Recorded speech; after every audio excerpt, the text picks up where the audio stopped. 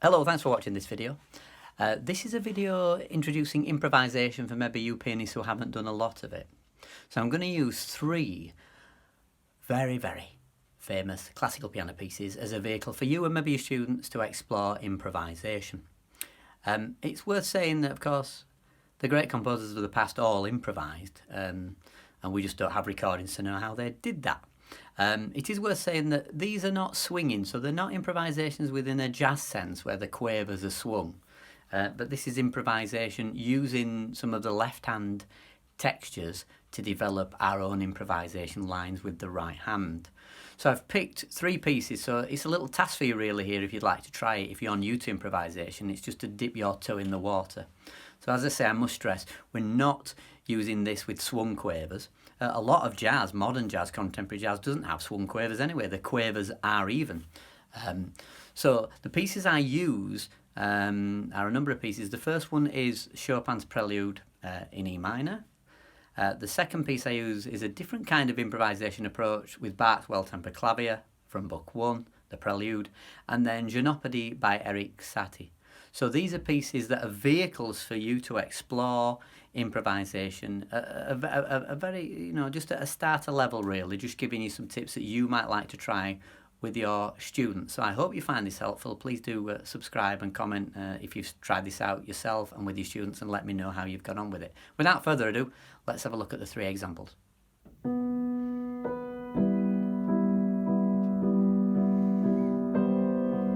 So we're going to use this. Get the idea? The Chopin E minor Prelude number 4. We're going to use this as our basis to start some improvisation. So we're going to take that inversion of the E minor chord there. We know that the relative of E minor is G major.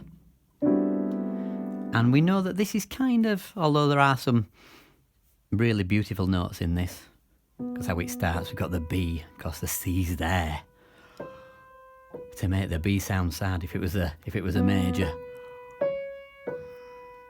Anyway, I'm going off on one now. That's for another topic. We're talking about improvising, but that C's there to make that B sound sad, isn't it? We're going to use the scale, which would be the natural minor, which would be E. So there is the natural minor. Musicians that are familiar with the modes would call it mode 6 from the major. They would call it Aeolian. So I'm going to slow this down. I'm not going to be as fast as the quavers. I'm just going to match the notes from that scale randomly. I'm just going to pick one with that chord.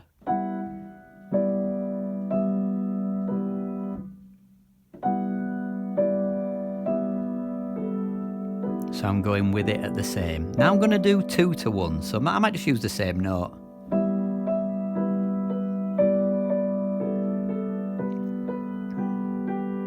That was quaver to crotchet, or depending what pulse it is, semi-quavers to quavers, depends on the speed, doesn't it?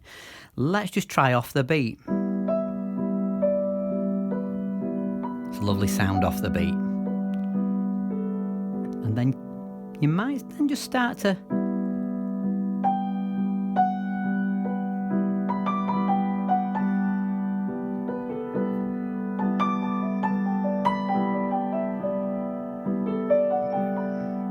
so you get the idea.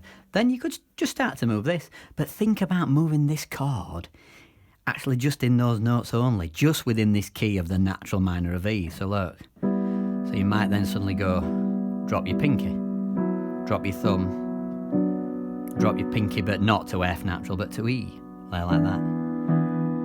And then you've got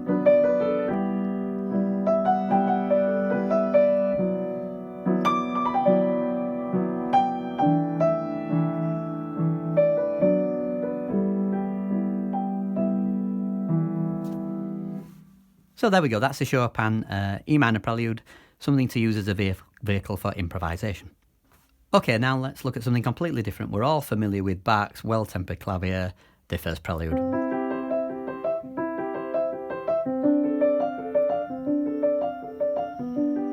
You get the idea. Great way for you or your students is to just take those notes and distribute them in a different order. That way you're kind of doing a little bit of improvisation, but not too far away from a safety net, not too far away from shore. So here we have this. So you could do that backwards. or different combinations. So you could have lots of different mixtures. You could go.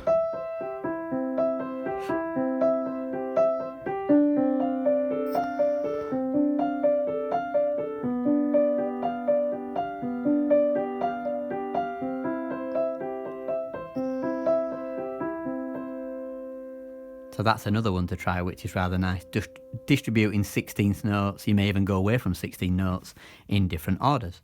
And the last one here is the Satie piece, Jeopardy No. 1.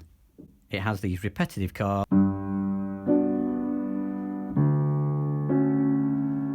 If you can't see on the camera, I'm just going for a low D. So we've got those chords round and round.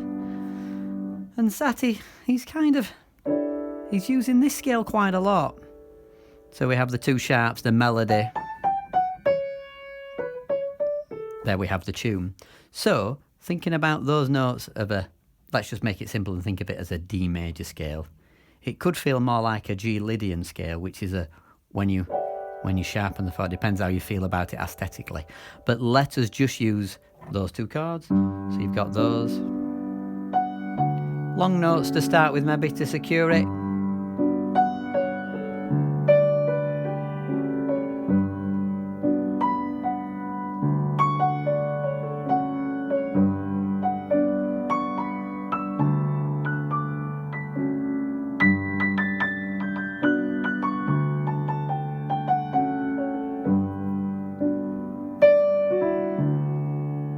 And so on.